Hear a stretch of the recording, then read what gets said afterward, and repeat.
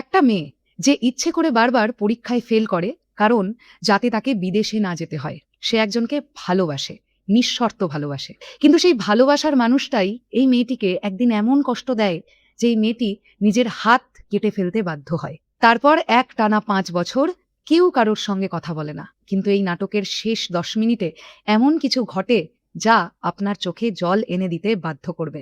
আজ আমরা এই ভিডিওতে কথা বলবো জাকারিয়া শৌখিন পরিচালিত আবেগঘন বাংলা নাটক কাজল চোখের মেয়ে নিয়ে। আপনারা অনেকেই গতকাল আমার নাটকের রিভিউতে এই নাটকটার রিভিউ চেয়েছিলেন, সেই কারণে অবশ্যই আপনাদের জন্য নাটকটা দেখে ফেললাম এবং রিভিউ ভিডিও নিয়ে চলে এলাম। চলুন তাহলে একদম দেরি না করে শুরু করা যাক। প্রথমেই বলি, এটা শুধুমাত্র একটি প্রেমের গল্প নয়, এটি অভিমান, পারিবারিক সম্পর্ক, না বলা কথা এবং দ্বিতীয় সুযোগের গল্প। এখানে জোভান শুভ্রর চরিত্র প্লে করছেন, যে চরিত্রটি গম্ভীর কিন্তু নিজের আবেগ প্রকাশে অক্ষম। আর উল্টো দিকে তটিনী কাজলের চরিত্রে, যে ছোটবেলা থেকেই শুভ্রকে নিঃস্বার্থভাবে ভালোবাসে।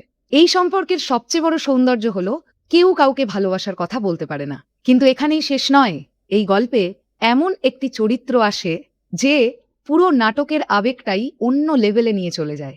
আর সেই চরিত্রটা হলো হিমু ভাই। না, আমি এর থেকে আর কিছু বলবো না।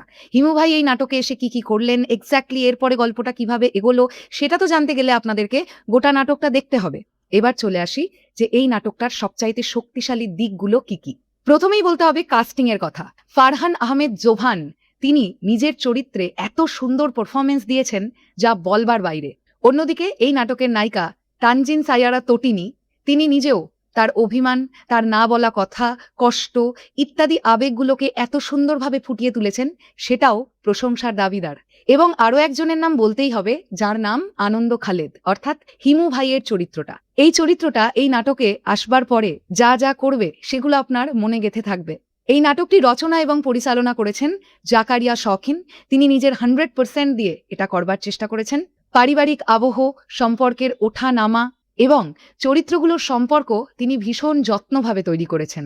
কামরুল ইসলাম শুভর সিনেম্যাটোগ্রাফি প্রশংসার দাবিদার। অবশ্যই খুব ভালো লেগেছে এই নাটকটির সিনেম্যাটোগ্রাফি। এছাড়াও রবায়েল হোসেন রাজুর সম্পাদনা এবং কালার গ্রেডিং, সেটা নিয়েও কথা বলতে হয়, বেশ ভালো।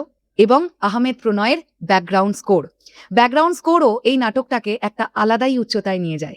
বিশেষ করে রবীন্দ্রসঙ্গীত তোমার খোলা হাওয়া লাগিয়ে পালে, এই গানটা নাটকে যখন বারবার করে আসে তখন সেই দৃশ্যগুলোকে বা মোমেন্টগুলোকে আরও স্পেশালি আমাদের কাছে প্রেজেন্ট করে।